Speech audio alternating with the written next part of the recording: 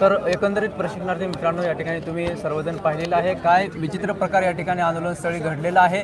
जे कायद्याचे रक्षण आपण म्हणतो, जे कायदा हाती जे प्रशासन आहे कायदा सुव्यवस्था राखण्याचं काम करत असतं, तर त्यांच्या माध्यमातून कुठेतरी लोकशाही मार्गाने हे आंदोलन चालू असताना आंदोलन दडपण्याचा या ठिकाणी प्रयत्न झाला आणि त्यातल्या त्यात या युवा शक्तींना काय तमाशा लावण्यात आलेला आहे, अशा प्रकारचं वादग्रस्त वक्तव्य त्यांच्यामार्फत करण्यात आलेलं आहे।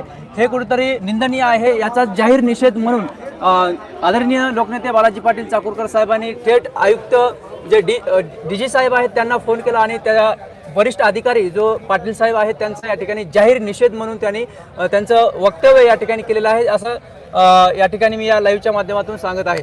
तर प्रशिक्षणार्थी मित्रांनो, एकच सांगायचं आहे की कुठेतरी या आंदोलनाला दडपण्याचा प्रशासनाच्या माध्यमातून या ठिकाणी काम होत आहे।